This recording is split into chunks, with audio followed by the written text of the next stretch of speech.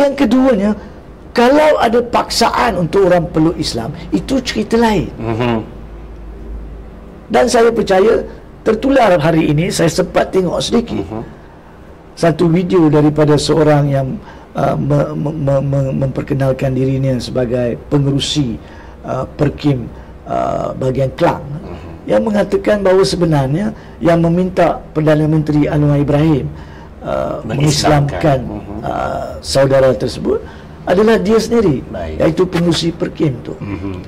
Dan itu berlaku menurut dia adalah kerana pada masa itu Perdana Menteri yang baru nak pulang daripada menziarahi tempat lokasi yang kemalangan jet yang telah musnahkan 8 nyawa tersebut, telah hadir di Masjid Kelang untuk menunaikan fardu Jumaat sebelum dia beredar untuk kerja, dan beliau telah meminta pada masa itu.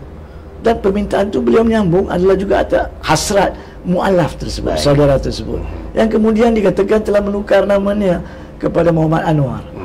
So, konsep Islam pula tak kira kita ni Perdana Menteri, peguam, apa nama ni, pemberita, siapa sekalipun, pembawa lori, pembawa beca, peniaga, dalam agama kita menjadi penting untuk kita kalau kita diberi peluang terlibat dalam mengislamkan sesiapa.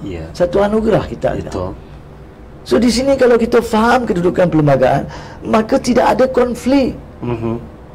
Perdana Menteri Anwar Ibrahim mengislamkan sesiapa saja atas permintaan orang tertentu, iaitu pihak Perkim yang berkuasa untuk mengislamkan pada masa itu, dan ataupun oleh orang yang nak mengislamkan bila dia nampak Perdana Menteri. Jadi bagi saya sebenarnya bukan saja tidak ada isu.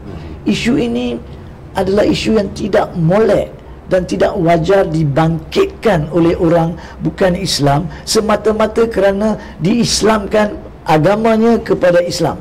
Kerana ini menunjukkan pertama, mereka tidak faham perlembagaan dan mereka tidak boleh menerima hakikat itu, dan mereka kemudian yang mempersoalkan di manakah dia kedudukan Perdana Menteri jika dia mengislamkan seseorang.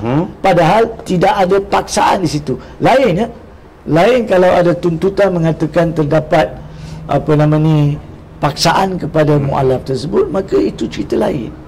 Tapi setakat pada keterangan ataupun fakta yang wujud setakat ini melalui media, saya tak nampak kenapa perkara ini dibangkitkan. Walhal ini adalah pembangkitan isu 3R yang tidak senonoh oleh sahabat-sahabat kita daripada agama lain. Saya minta maaf, saya kena berterus terang. Sebab apabila orang Islam membangkitkan isu berkaitan dengan agama atau bangsa, maka dengan cukup senang orang yang bukan Islam, segolongan kecil akan mengeluarkan kenyataan mengatakan itu adalah 3R.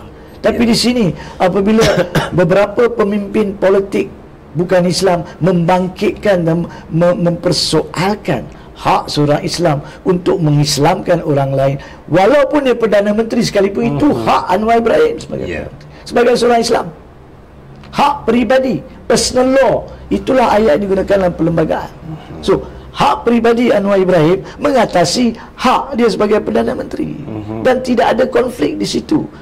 Sebab itu bukan satu majlis mengislamkan secara paksa memaksa. Kalau itu, maka boleh disoalkan bagaimana Perdana Menteri boleh ada di situ. So please, cukup-cukuplah. Yang mana yang betul, kita kena kata betul. Dan di sini saya sokong dan saya setuju hak Perdana Menteri Anwar Ibrahim untuk Islamkan. Walaupun ada Mufti Pulau Pinang telah mengatakan sebaiknya pengislaman dibuat oleh orang pihak berkuasa. Itu pandangan yang betul daripada ni. Tapi jangan kita lupa, Anwar Ibrahim dikatakan telah mengislamkan bukan sebab dia yang minta. Betul. Wakil Perkim dan mu'alaf itu yang nampak dia di masjid minta. Kita kena lihat keadaan secara syumul.